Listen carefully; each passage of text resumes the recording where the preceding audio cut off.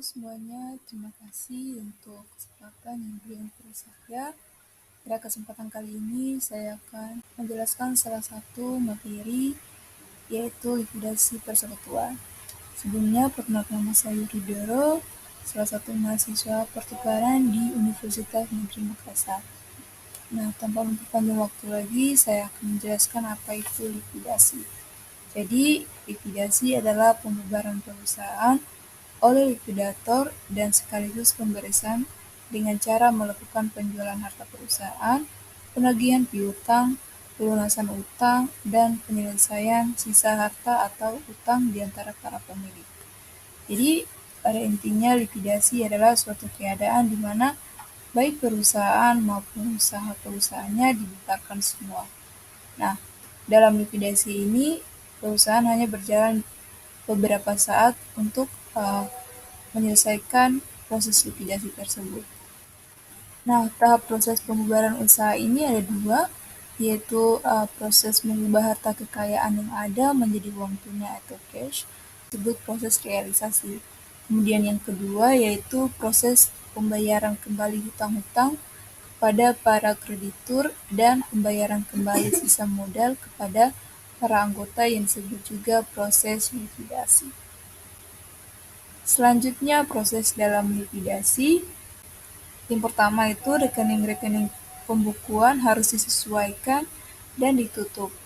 Nah, laba dan rugi bersih selama periode terakhir diperhitungkan ke rekening modal masing-masing. Sesudah itu dikatakan persekutuan siap untuk dilikuidasi.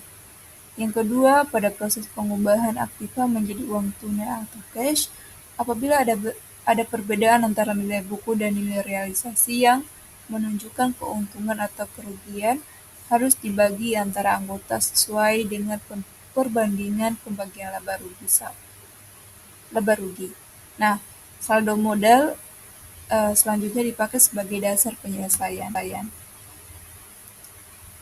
Poin yang ketiga, apabila dijumpai keadaan di mana salah seorang anggota mempunyai saldo debit di dalam rekening modalnya, di lain pihak ia mempunyai piutang kepada persekutuan, maka piutang kepada persekutuan itu dipakai untuk menutup saldo debit rekening modal yang bersangkutan. Nah, di samping itu pada prinsipnya apabila seorang anggota mengalami defisit, maka anggota yang lain berkewajiban untuk menutupnya terlebih dahulu. Dan yang terakhir, apabila uang tunai sudah tersedia untuk dibagi, maka pertama-tama harus dibayarkan terlebih dahulu kepada kreditur eksternal. Baru sesudah itu dibayarkan saldo-saldo masing-masing anggota. Selanjutnya, likuidasi berlangsung setelah proses realisasi. Nah, di sini saya ada satu contoh yang bisa dipakai, yang saya ambil langsung dari buku. Misalnya, persekutuan Tuan A, Tuan B, Tuan C, dan Tuan D dinyatakan akan dilikuidasi. Pembagian laba rugi dalam persekutuan diatur dengan perbandingan sebagai berikut. Yang pertama 30%, yang kedua 30%, yang ketiga 20%, dan yang terakhir 20%. Neraca pada periode 1 Mei tahun 1980 yang disusun sesaat sebelum likuidasi menunjukkan saldo-saldo sebagai berikut. Bisa dilihat pada slide. Untuk bagian aktiva, kelasnya 10.000, aktiva lain-lainnya 180.000 dengan jumlah aktiva 190.000. Kemudian di bagian kanan hutang dan modal, untuk hutang dagang 75.000, hutang kepada Tuan B 6.000, hutang kepada Tuan D 5.000, modal Tuan A 42.000, modal Tuan B 31.500, modal Tuan C 20.500, modal Tuan D 10.500, total hutang dan modal 190.000. Nah,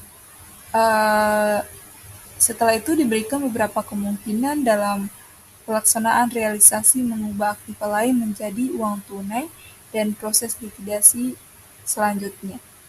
Yang pertama, realisasi aktiva lain sebesar 140.000 kerugian dalam realisasi aktiva lain-lain dibebankan kepada rekening modal masing-masing anggota dengan jumlah yang masih cukup ditutup oleh saldo modal. Yang kedua, realisasi aktiva lain-lain sebesar 120.000. Nah, pembebanan kerugian melampaui saldo rekening modal beberapa anggota, sehingga harus ditutup dengan saldo piutangnya kepada persekutuan. Dan yang ketiga, realisasi aktiva lain-lain sebesar 100.000. Kerugian realisasi aktiva lain-lain mengakibatkan defisitnya rekening modal seorang anggota. Dan yang keempat, realisasi aktiva lain-lain sebesar 80.000 dengan kerugian realisasi yang mengakibatkan defisitnya rekening modal beberapa orang anggota. Dan yang terakhir, realisasi aktiva lain-lain sebesar 60.000 dengan berakibat kekurangan uang tunai untuk membayar para kreditur. Bagian A, apabila semua anggota secara pribadi mampu untuk menutup kewajiban-kewajibannya, dan apabila anggota-anggota tertentu secara pribadi mampu, sedang beberapa anggota yang lain tidak mampu untuk menyelesaikan kewajiban-kewajiban. Kita masuk pada contoh kasusnya. Bisa dilihat pada slide. Untuk contoh kasusnya, nilai buku aktiva lain-lain, ini informasi atau nilai-nilai yang ada di sini itu berdasarkan informasi yang diberikan di slide sebelumnya. Untuk nilai buku aktiva lain-lainnya itu 180.000, kemudian dijual atau direalisasikan menjadi kas itu 140.000, sehingga rugi dalam realisasinya itu 40.000. Nah, kerugian tersebut dibagi di antara masing-masing anggota untuk Tuan A, Tuan B, Tuan C, dan Tuan D dengan perbandingan 30. Untuk Tuan A dan Tuan B itu masing-masing 30%, sedangkan Tuan C dan D itu masing-masing 20%.